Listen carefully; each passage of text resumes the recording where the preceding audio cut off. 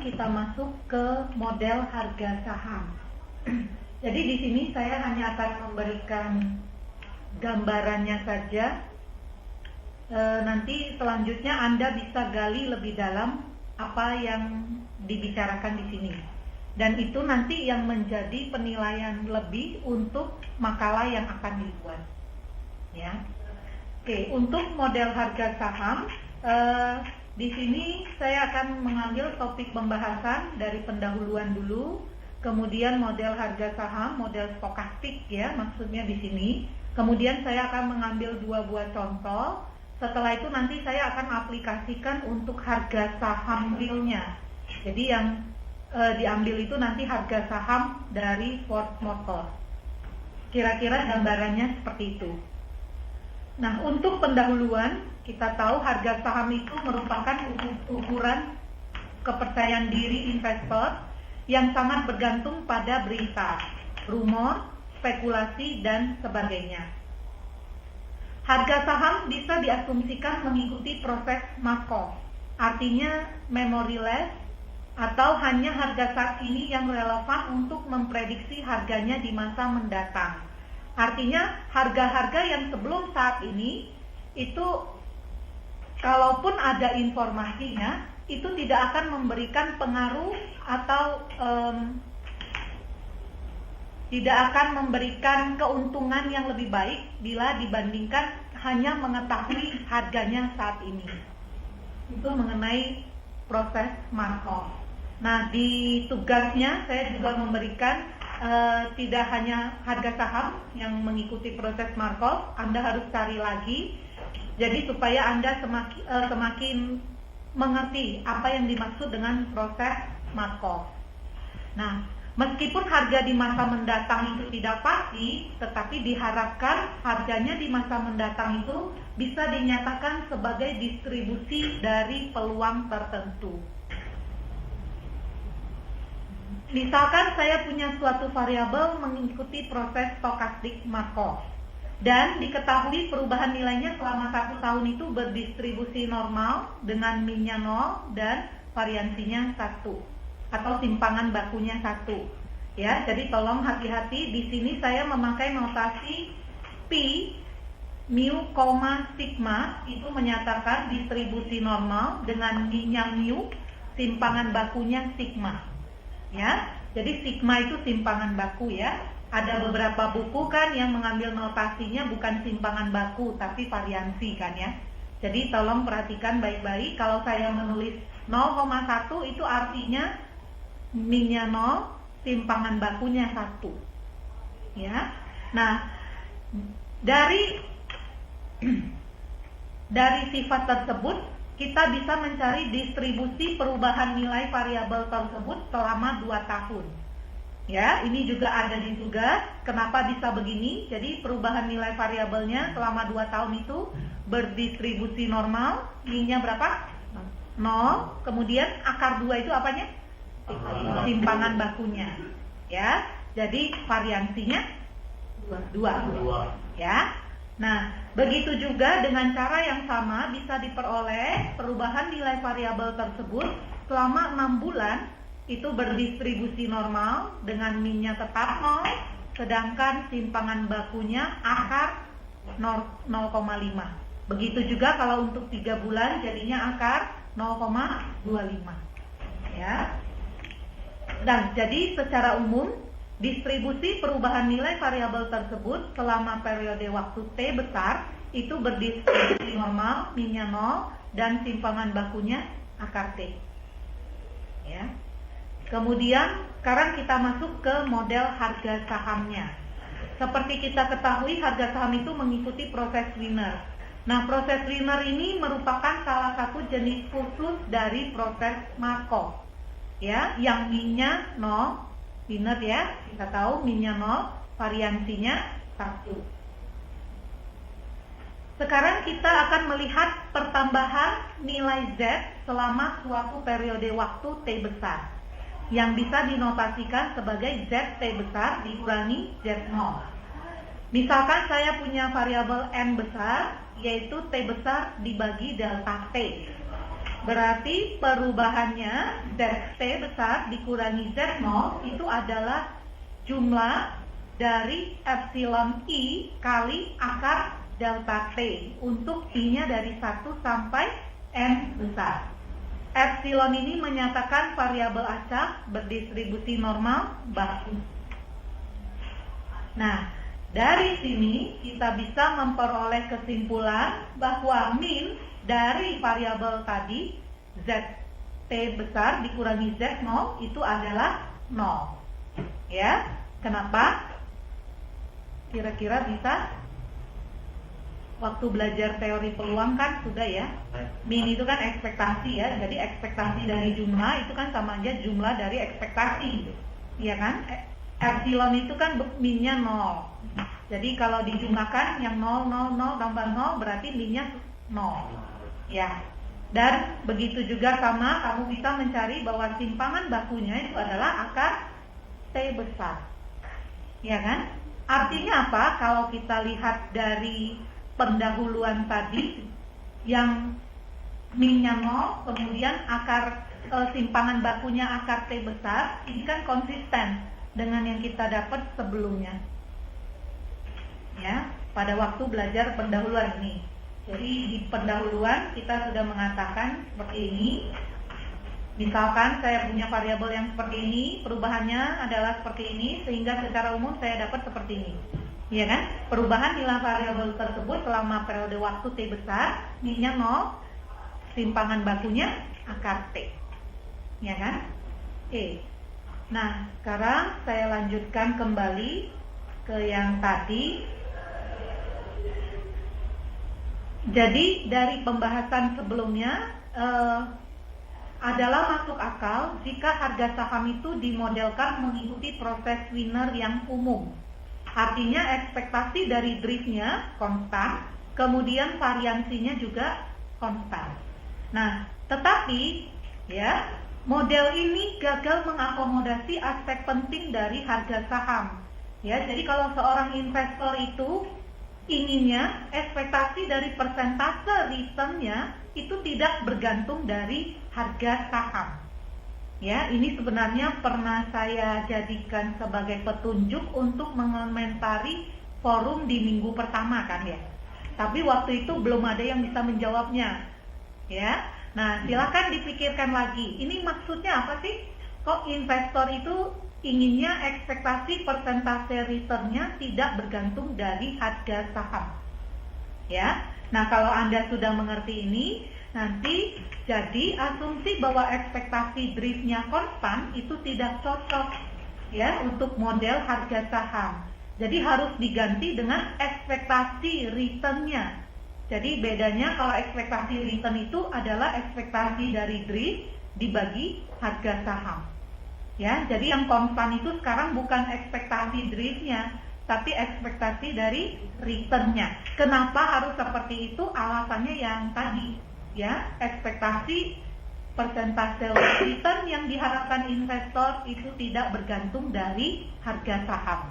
Jadi sekarang dari yang awalnya itu ekspektasi driftnya konstan diganti dengan ekspektasi returnnya yang konstan. Ya, sehingga saya dapat model uncontinue-nya adalah DS itu sama dengan mu S dikali DT. Ya. Jadi ini sama aja dengan mengatakan DS per S itu sama dengan mu kali DT, ya kan? Nah selanjutnya pada kenyataannya kita tahu harga saham itu menunjukkan adanya volatilitas. Nah, asumsi yang paling masuk akal dan sederhana adalah simpangan bakunya sigma ya dari perubahan selama selang waktu kecil delta T itu sebanding dengan harga sahamnya. Nah, nanti ini juga kamu harus cari mengapa kok diasumsikan seperti itu. Ya, jadi nanti di makalah Anda itu kelihatan gitu loh.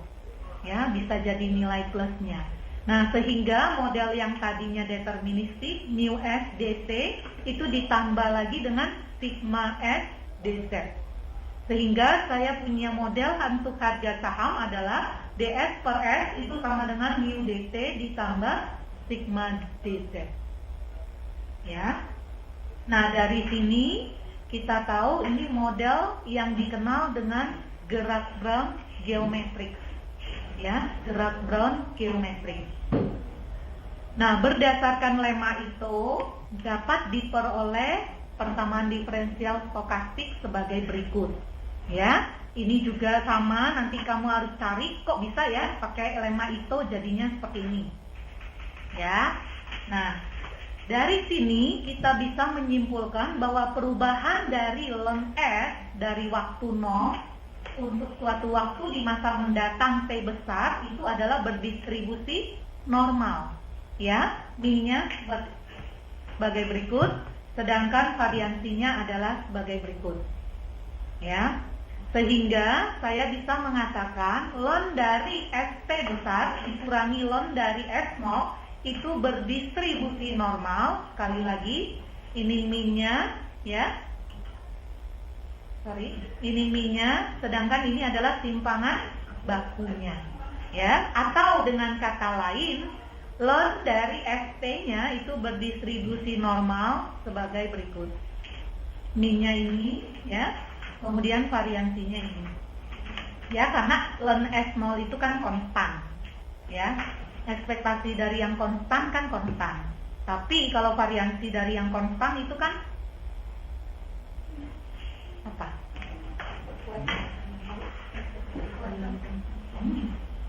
Ekspektasi A-nya konstan. Iya kan? Sedangkan variansi A-nya konstan. A kuadrat. 0. Iya kan? Kan konstan kan tidak bervolatilitas, nggak berfluktuasi, ya kan? Jadi variansinya 0. Makanya diperoleh seperti ini. Ya. Sampai sejauh ini ada pertanyaan? Tidak ada, saya lanjutkan. Jadi, dapat disimpulkan jika pergerakan harga saham mengikuti gerak Brown geometrik, maka saya bisa mengatakan log return dari harga sahamnya itu akan berdistribusi normal dengan min seperti ini dan variansinya seperti ini. Ya, ini ada sedikit kesalahan. Itu harusnya ya, yang ini ya, log STI dibagi log STI min 1, ini harusnya log dari STI dibagi STI min 1. Jadi lognya cuma sekali aja. Ya, ini ada sedikit kesalahan. Ya. Nah, selain itu, pada saat T sama dengan T1, jadi saya ambil T-nya tertentu, nilai dari log X T1-nya itu akan berdistribusi normal, ya, dengan min-nya seperti ini dan variansinya seperti ini. Ya, nanti ini akan dijelaskan lebih detail di contoh 1 dengan contoh 2. Ya. Oke, sekarang kita masuk ke contoh 1. Misalkan diberikan data sebagai berikut, pergerakan harga saham itu mengikuti gerak Brown geometrik dengan parameternya S0. Harga saham sekarang itu adalah 50. Kemudian saya punya interval waktu dari 0 sampai 4, ya. Kemudian 0 sampai 4 ini selangnya saya bagi menjadi 1000 subselang yang sama panjang.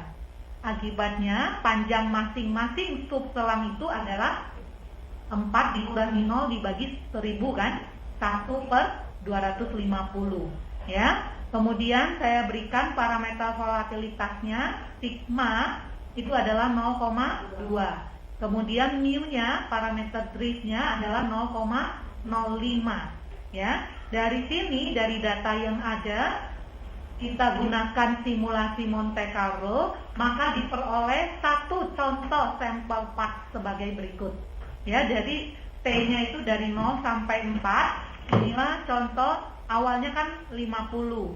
Ya, ternyata dia sampai T sama dengan 4 itu sudah hampir 55. Ya kan? Ini hanya satu saja ya, satu sampel part. Ya. Nah, kemudian histogram dari log return harga sahamnya, ya, log return ya. Jadi bukan sahamnya langsung, ya, tapi log return yang log dari apa? STI dibagi STI min 1 itu, ya. Nah, kemudian saya buat histogramnya ya, dan saya bandingkan dengan distribusi normal baku, Anda bisa lihat ini histogramnya itu menghampiri fungsi distribusi normal baku, ya. Nah, ini berikut adalah perbandingan antara mean dan variansi dari log return-nya. Ya, secara teoritis dapatnya 1,2 kali 1,2 kali 10 pangkat minus 4 kan, minus 4 ya. Sedangkan empiriknya itu 6,58 kali 10 pangkat min 5 ya. Begitu juga untuk variansinya ya. Setelah tadi misalkan juga di contoh yang kedua saya berikan bahwa harga sahamnya mengikuti gerak Brown geometrik dengan parameternya sama, hanya sekarang selangnya yang tadinya 0 sampai 4 ini 0 sampai 1 ya. Kemudian supaya delta T-nya tetap sama 1/250 ya. Cuman kalau mau tetap 0 sampai 4 sih juga nggak masalah ya. Ini cuman supaya tidak lama saja jalannya. Volatilitasnya masih sama, mu-nya juga sama ya. Kemudian masih dengan cara yang sama, simulasi Monte Carlo. Ini saya ambil contoh 5 buah sampel part pergerakan harga saham. Ya, jadi ada 5 sampel partnya ya, 1, 2, 3, 4, 5. Ya, kita bisa lihat ada 5 sampel partnya. Kemudian kalau misalkan kita ambil T tertentu, misalkan T1 sama dengan T1 sama dengan 0,5. Jadi di sini ya. Jadi kamu punya 5 buah nilai ya, yaitu ini ya, 40 sekian ya, ini mungkin ini ya, 2 ya, 3, 4, 5 ya kan. Kalau saya ulangi ini sebanyak 1000 kali misalkan, berarti untuk T tertentu, T sama dengan T1, saya punya 1000 nilai dari ST kan ya. Nah, dari nilai-nilai tersebut ya, saya buat histogramnya ya. Kemudian dibandingkan dengan fungsi distribusi normal baku ya. Ini juga bukan normal baku ya, ini harusnya normal saja ya. Ya, karena minnya kan bukan 0 ya. Ya, nanti kamu bisa cek ya. Ini ada sedikit kesalahan juga, ini harusnya hanya normal saja ya. Itu juga cukup sesuai. Ya, begitu juga dengan cara yang sama. Kalau T-nya sekarang saya ubah, tadi kan 0,5, sekarang saya ambil T-nya sama dengan 1, ya, berarti saya juga dapat 5 nilai kan, yang dibulat-bulatkan ini, ya. Jadi kalau saya ulangi sebanyak 1000 kali, berarti saya juga punya 1000 nilai, ya kan. Kemudian saya hitung log-nya, ya. Kemudian saya buat histogramnya, juga bisa diperoleh seperti ini. Hanya sekarang berarti log dari S1. Ya, tidak saya tampilkan di sini, tapi itu ada di modul. Ya. Kemudian untuk perbandingan min dengan variansinya itu ya, ini kamu bisa lihat itu mendekati kan ya. Ya, itu saja contohnya. Nah, sekarang kita kalau misalkan terapkan di data real harga saham. Misalkan saya ambil harga saham Ford Motor dari tanggal 3 Januari 2000 sampai dengan 14 Oktober 2011. Ya, harga sahamnya itu bisa saya buat grafik seperti ini. Kemudian sama seperti tadi, yang saya plotkan ini bukan harga sahamnya, tapi return dari harga sahamnya. Ya. Caranya seperti tadi ya. Kemudian saya bandingkan dengan fungsi distribusi dari normal baku. Ya, Anda bisa lihat di sini sebenarnya kalau dilihat pada kenyataannya tidak terlalu sesuai. Betul nggak? Ya, jadi karena di sini ada apa namanya istilahnya, Pak? Kurtosisnya lebih tinggi daripada kurtosis distribusi normal. Iya kan? Dan di sini juga kamu bisa lihat tailnya. Kalau distribusi normal itu kan harusnya udah 0 ya, nggak ada lagi di sini di ujung-ujungnya, ya. Padahal kalau dari harga saham Ford Motor itu bisa dilihat di ujung-ujungnya ini masih ada. Ya, jadi bisa disimpulkan bahwa sebenarnya kalau memodelkan harga saham dengan distribusi normal itu kurang cocok. Ya, meskipun demikian, ya, tapi distribusi ini tetap digunakan, ya, karena kesederhanaannya. Selain itu juga mungkin dari distribusi normal ini kita bisa mendapatkan solusi analitik dari derivatifnya. Kan kita punya ya, kalau opsi kita punya formula Black-Scholes kan. Nah itu kan solusi analitiknya yang diperoleh dengan asumsi harga saham itu mengikuti gerak Brown geometrik. Ya, jadi itu saja mungkin presentasi dari saya. Silakan digali lebih dalam lagi. Petunjuknya itu bisa dari tugas yang ada di modul. Ya, jadi ikutin aja petunjuk itu, kamu pasti ngerti maksud yang kita inginkan itu di makalah seperti apa. Jadi bisa saya tampilkan kalau Anda lihat di modulnya, ya, model harga saham.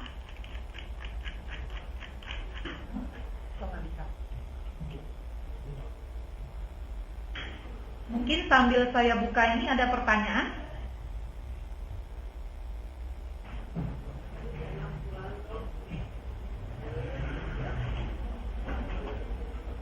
Silakan kalau ada pertanyaan sambil menunggu ini dibuka. Atau Pak Ferry, Bu Bettina ingin menambahkan yang terlewat.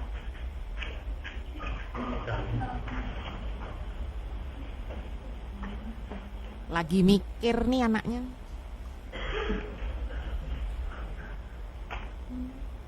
Ya. Nah, ini sudah saya buat ya. Jadi tugas-tugasnya ikutin ini aja sebenarnya, ya. Kemudian, oke, ini nggak boleh buka dari sini. Maaf, ini bacakannya harus buka dari leader, ya.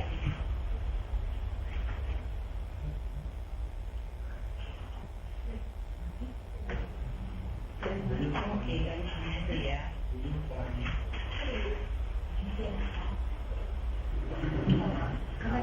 Ya.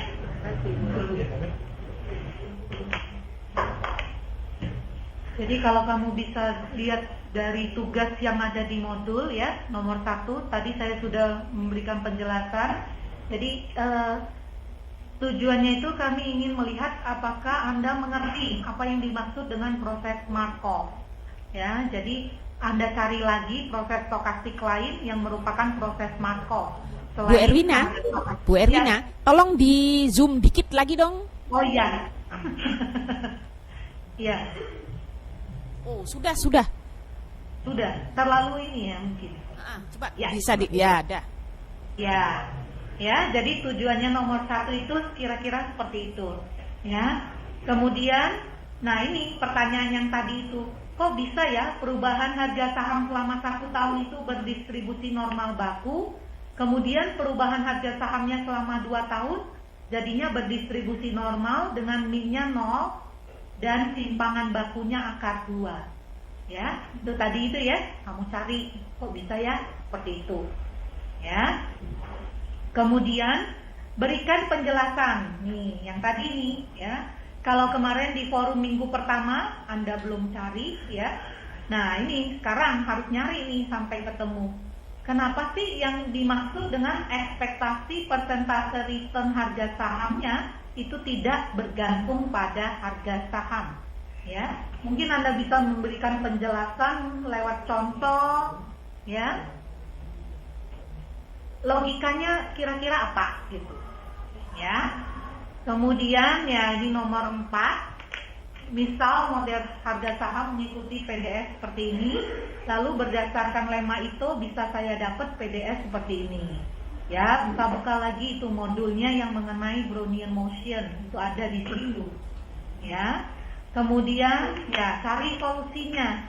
Ya, tadi kita sudah memodelkan harga sahamnya seperti ini, lalu untuk mencari solusinya kita gunakan dulu lema itu sehingga kita dapat PDS-nya seperti ini. Dari PDS ini itu akan bisa dicari solusi analitiknya. Ya, jadi masih nyambung nomor 4 dengan nomor 5.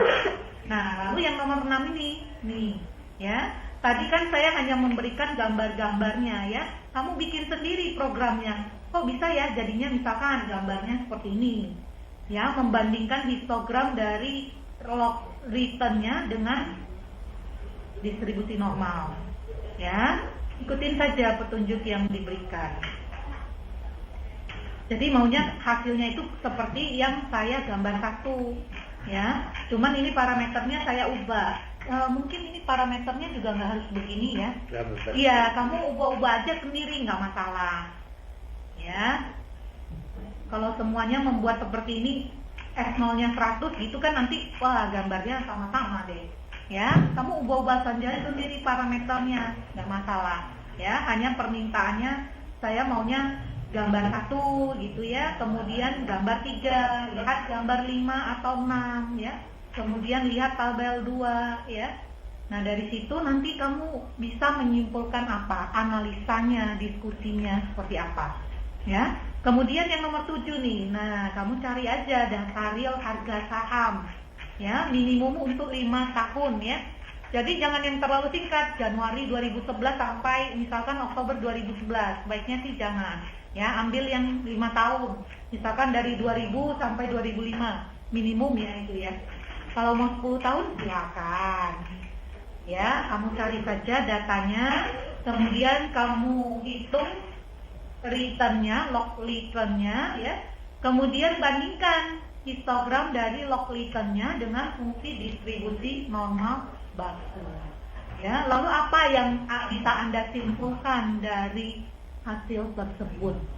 Ya, kira-kira itu saja dari saya. Mungkin ada pertanyaan, silakan. Atau ada tambahan?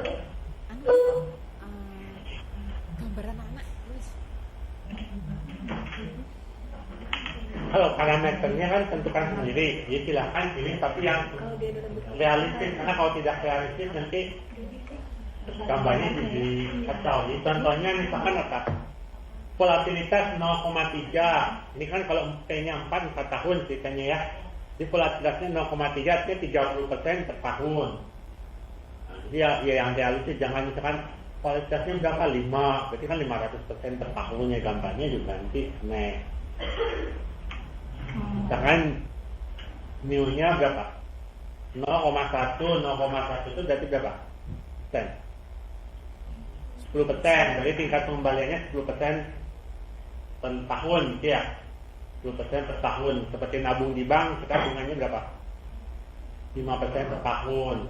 Ya, jadi jangan sampai mu-nya sama dengan 7, berarti 700% per tahun. 700% jadi. Ya boleh saja, cuma gambarnya nanti mungkin agak aneh ya. Jadi sebaiknya yang agak realistis ini.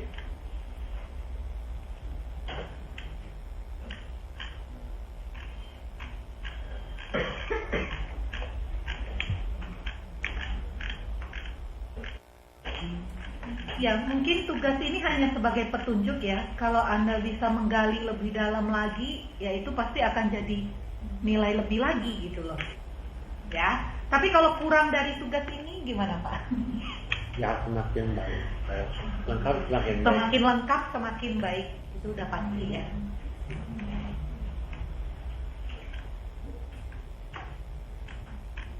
Ada yang tanya lagi? Ini diem aja ini.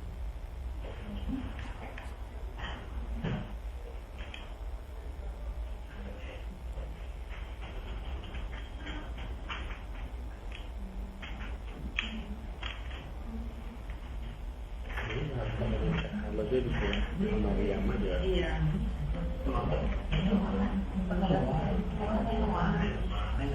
Ya, untuk simulasinya tadi Pak Ferry juga mengingatkan tidak harus Monte Carlo ya. Kan kamu sudah belajar ada metode Euler-Maruyama kan?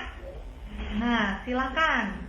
Misalkan pakai Monte Carlo, udah itu ada yang pakai Euler-Maruyama, silakan. Ya. Atau mau dibandingkan, monggo. Nah, silakan. Aduh, kayaknya ini udah terlalu banyak nih ngasih petunjuk, Bu. Oh iya benar, kita harusnya diem aja. Terlalu banyak ini.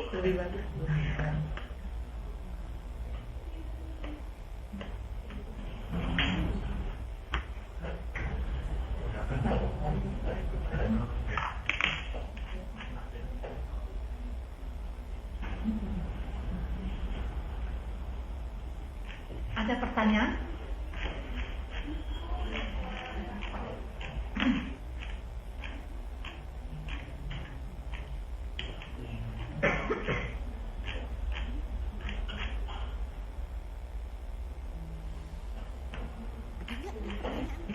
Enggak ada.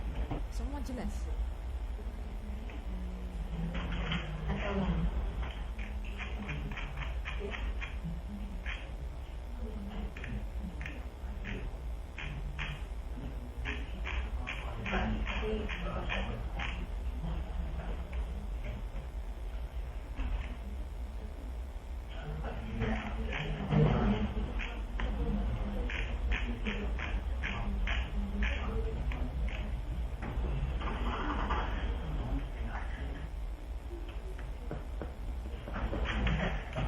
Ini makalahnya benar-benar hasil karya per grup ya.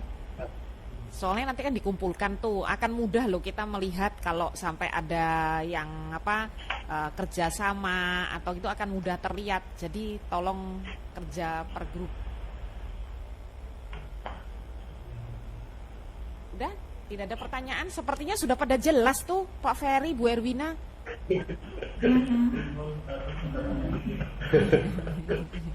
Tinggal dikerjakan saja. Iya. Minggu depan kalau gitu Bu dikumpulkan. Oh.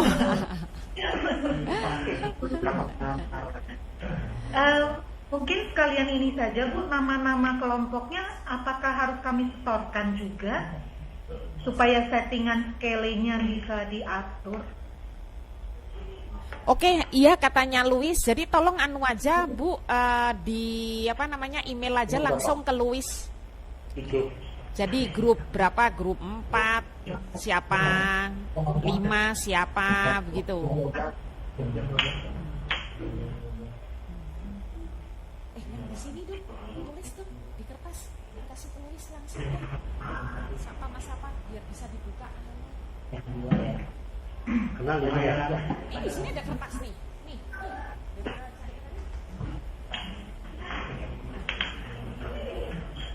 Sudah tahu semua ya dari namanya ya? Nggak tahu Pak. Apa? Kelompok 4 Yohanes David, 5-nya Bruri Ana, 6-nya Mira Yunia, 7 Juce Ina. Eganya sementara di skip dulu. Nanti kalau Ega datang, ya tinggal diuti Ega masuk kelompok berapa gitu. Karena tetap harus ada satu kelompok yang bertiga kan. Kelompok 4 siapa Pak Ferry? Kelompok 4 Yohanes David. Ega diundi aja ya? Parah. Dari sekarang aja diundi, Oh iyalah. susah. Udah tanya Gatot nanti takutnya susah nanti komunikasinya. Tapi lagi sakit gimana Bu Jay? Ya, makanya anak cadang dulu gitu loh. Anak bawang. Bruri Ana. Boleh kan Pak? Ya, boleh. Tahu Pak itu Mira Yunia.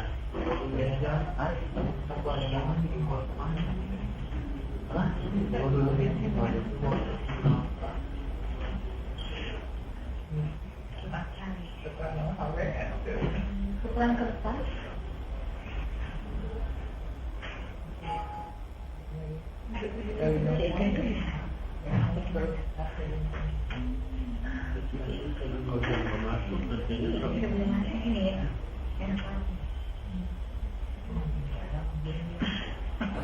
Itu nama Ana tuh nama sebenarnya siapa ya?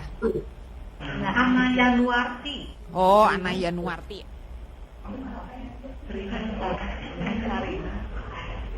Sarina Jetio.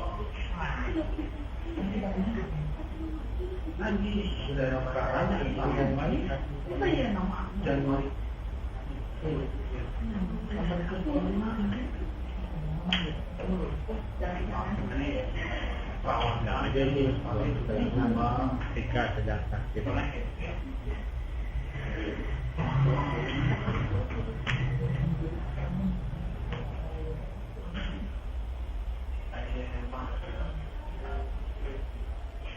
semua dong nanti.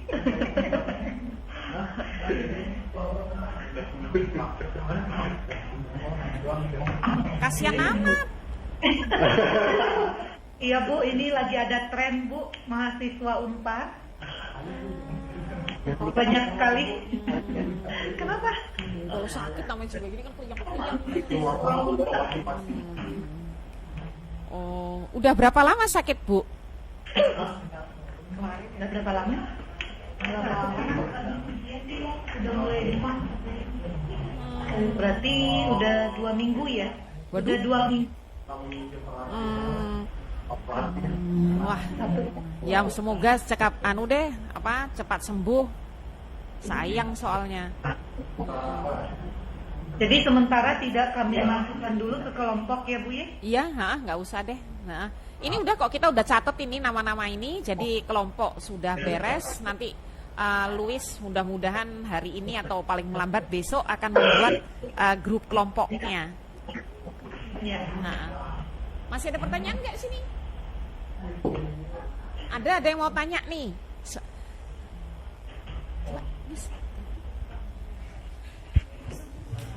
Hah? Oh, di sini. Biar kerekam. Ayo sini. Ayo.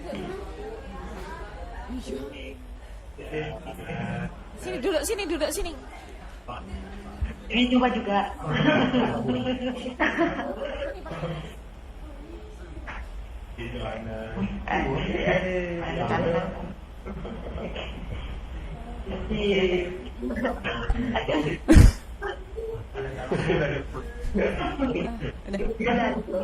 Halo, Ibu. Iya Bu, saya mau tanya berarti dari penjelasan tadi yang kita dapat itu log return dari harga sahamnya ya Bu, belum real harga sahamnya. Ya kan? Dari yang tabel perbandingan antara metode empiris sama mana tadi?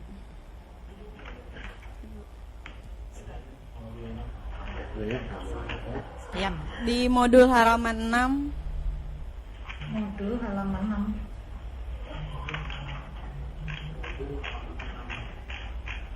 6. Kan itu yang perbandingan antara metode teoritis dan empiris. Sudah? Tabel 1 ya? Iya, tabel 1. Ya. Iya, ini Itu kan yang teoritis itu ya. Mm-hmm. Teoritis itu maksudnya saya hitung dari ini. Mu Dari kurang iya, setengah yang sigma kuadrat kali delta T. Iya, iya. Hasilnya seperti.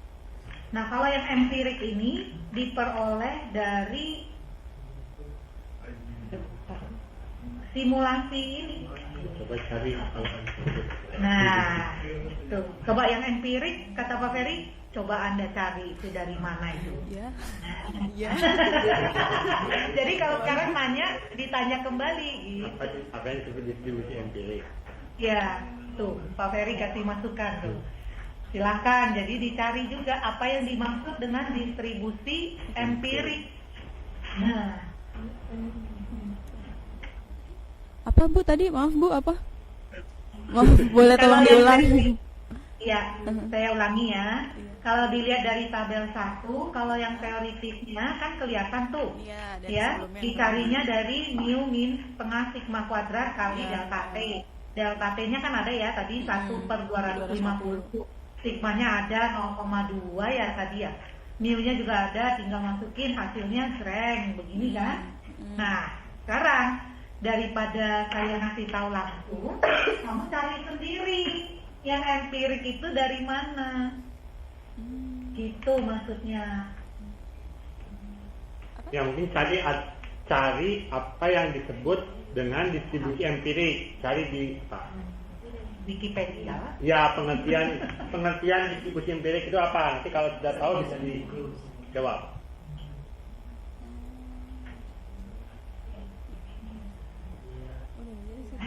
Nah, kalau yang bagus itu kan sebenarnya harusnya nilai teoritis dengan empiriknya sama dong, ya nggak? Erroran kecil, seenggaknya.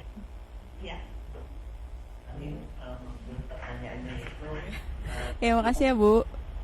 dari lock return dan variasi dari lock return belum harga sahamnya banget gitu. Harga saham itu kan SP bukan locknya. Oh, jadi nah David juga mau menambahkan mungkin yang ini ya min-nya itu bukan min dari harga sahamnya ya, tapi min dari lock return, ya kan? Ya, itu kan maksudnya. Jadi kalau misalnya mau nyari min dari harga sahamnya itu tinggal di pangkatin gitu. Atau gimana? Nanya lagi. Gemes deh kalau udah nanya. Coba deh cari sendiri.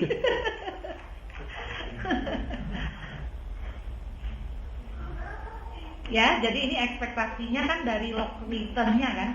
Nah, sekarang ada pertanyaan juga. Kalau ekspektasi dari harga sahamnya gimana? Nah.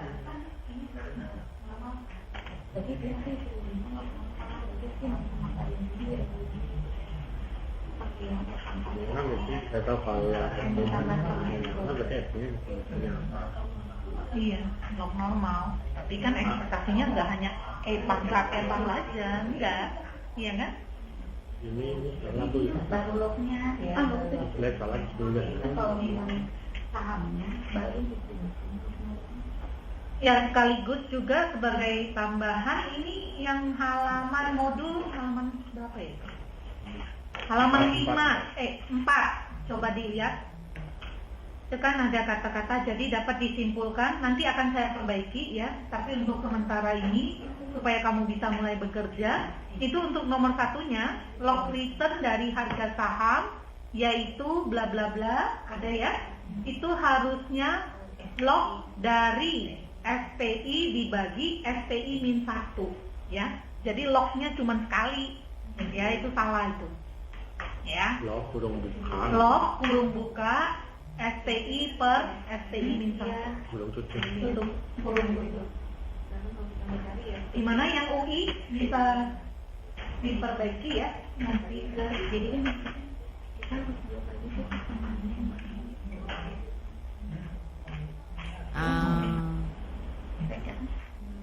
ada kalau mau kalau ini pangkat ini ya.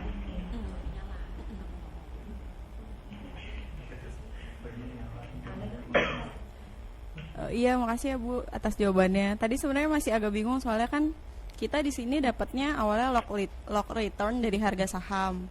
Tapi di halaman 4 itu, terus di halaman 5 kan grafiknya itu gambar 1 itu udah langsung harga sahamnya kan Bu. Gambar 1. Gambar 1 sampel pad dari harga saham. Oh iya, Iya itu. Nggak sih tadi agak bingung dari situ. Ya, tapi gambar lock. Tapi di yang gambar 3 itu asalnya yang dari gambar 2. Asalnya dari gambar 2 ya. Ya, oke, udah. Yang penting kita sepakat saja dulu. Oh, iya. Ya. Bu. Ya, makasih Bu. Yo.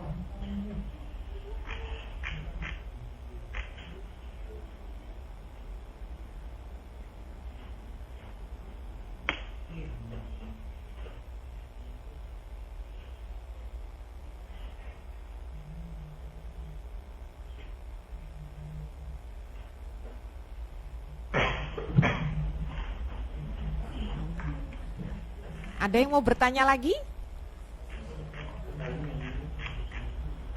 Bu mau nanya? Udah, kalau tidak ada pertanyaan apa kita sudahi saja dulu ini Bu Erwina, Pak Ferry, walaupun sebenarnya masih ada nih waktu 10 menit nih. Iya, boleh. Iya, rasanya nggak ada lagi Bu. Oke, kalau tidak ada, kita sudahi dulu kuliah ini. Kita akan ketemu lagi minggu depan. Mudah-mudahan akan banyak kemajuan. Ingat, minggu depan kita akan adakan kuis terkait dengan materi di sini, ya. Terus apa lagi ya? Ya, saya rasa cukup sekian.